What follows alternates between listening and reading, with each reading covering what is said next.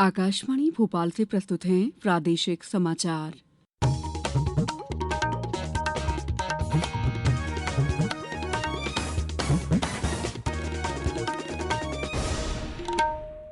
नमस्कार, समाचारों के साथ मैं दीपा सिंह।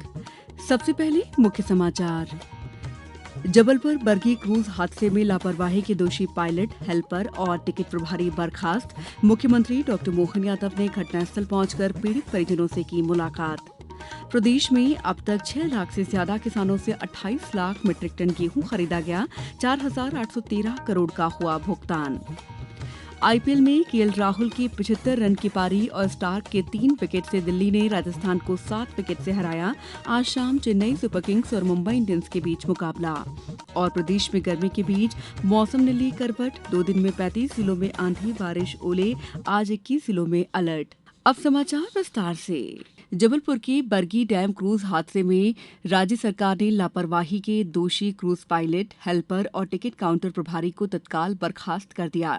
वहीं होटल मैकल रिसोर्ट के मैनेजर को निलंबित किया गया। गुरुवार शाम हुए इस हादसे में 9 लोगों की मौत हो गई, जबकि रेस्क्यू टीम ने 28 लोगों को सुरक्षित बचा लिया। मुख्यमंत्री डॉ मोहन यादव शुक्रवार को खुद घटनास्थल पहुंचे और पीड़ित परिजनों से मिलकर ढांढस बंधाया। मृतकों के परिजनों को केंद्र सरकार से 2 लाख और राज्य सरकार से 4 लाख रुपए की आर्थिक सहायता की जाएगी। मुख्यमंत्री डॉ यादव ने बरगी हादसे की उच्च स्तरीय जांच के भी निर्देश दिए हैं। पूरे घटनाक्रम के लिए कमेटी बनाने की घोषणा की है। ये इस पूरे घटनाक्रम की 3 बिंदुओं पे जांच करेगी, जिसमें क्रूज दुर्घटना के कारणों की सूक्ष्मता से जांच करना, परिस्थितियों को प्रतिपादित करना जिसके कारण से ये दुर्घटना हुई है, क्रूज संचालन से जुड़ी हुई सभी घटनाओं की जानकारी, प्रासंगिक नियम, अधिनियम, नागरिक सुरक्षा प्रोटोकॉल्स का पालन किया या नहीं किया, इस सारी बातों के साथ भविष्य में फिर कभी दोबारा ऐसी घटना न हो, एसओपी तैयार करके हम इसमें कोशिश करेंगे कि ऐसी घटना अब दोबारा न हो। प्रदेश में अब तक 6 लाख से ज्यादा किसानों का 28 लाख मीट्रिक टन गेहूं खरीदा जा चुका है। उन्हें करीब 4,813 करोड़ रुपए का भुगतान भी हो चुका है। किसानों को 2,585 रुपए समर्थन मूल्य के साथ 40 रुपए बोनस मिलाकर 2,625 रुपए प्रति क्विंटल के भाव से गेहूं बेचने का फायदा मिल रहा है। राज्य सरकार ने खरीदी की आखिरी तारीख भी 9 मई से बढ़ाकर 23 मई कर दी है। मुख्यमंत्री डॉ मोहन यादव ने Indore Pithampur economic corridor project में जमीन देने वाले किसानों को मिलने वाली विकसित जमीन का हिस्सा 50 से बढ़ाकर 60% कर दिया है। 2,360 करोड़ रुपए की इस परियोजना के पहले चरण का भूमि पूजन कल इंदौर के ग्राम नैनोद में होगा। 20 किलोमीटर लंबे इस कॉरिडोर से इलाके में उद्योग, रोजगार और आधुनिक सुविधाओं का बड़े पैमाने पर विकास होगा।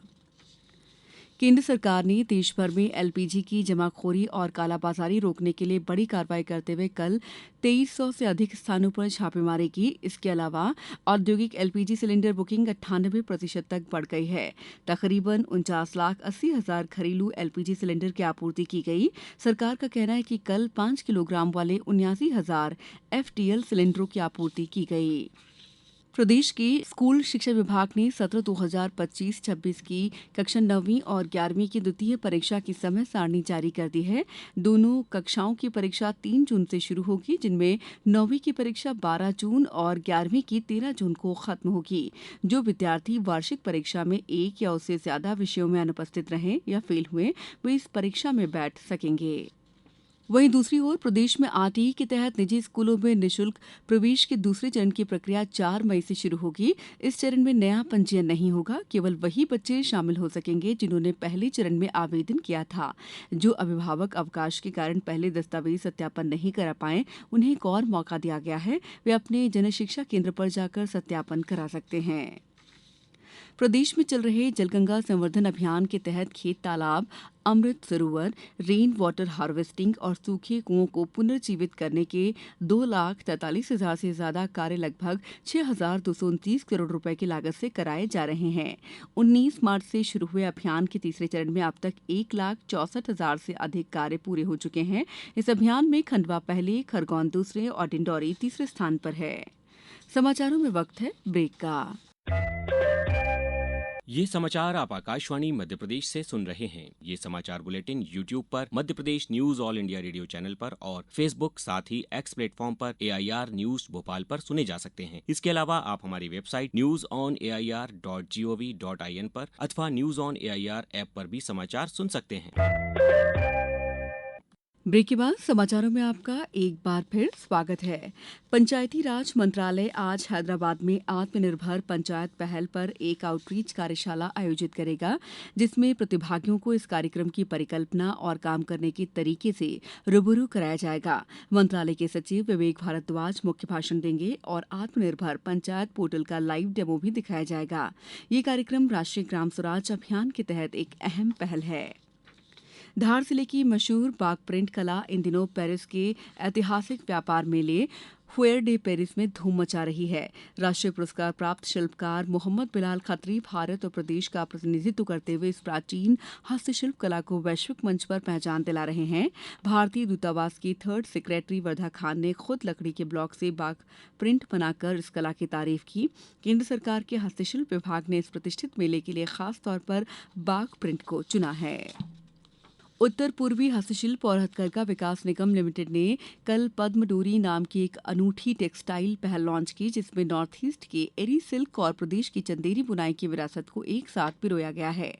उत्तर पूर्वी क्षेत्र विकास मंत्रालय के सचिव संजय जाजू ने इस पहल का शुभारंभ किया और कहा कि ये प्रधानमंत्री नरेंद्र मोदी के एक भारत श्रेष्ठ भारत के विजन को साकार करती है।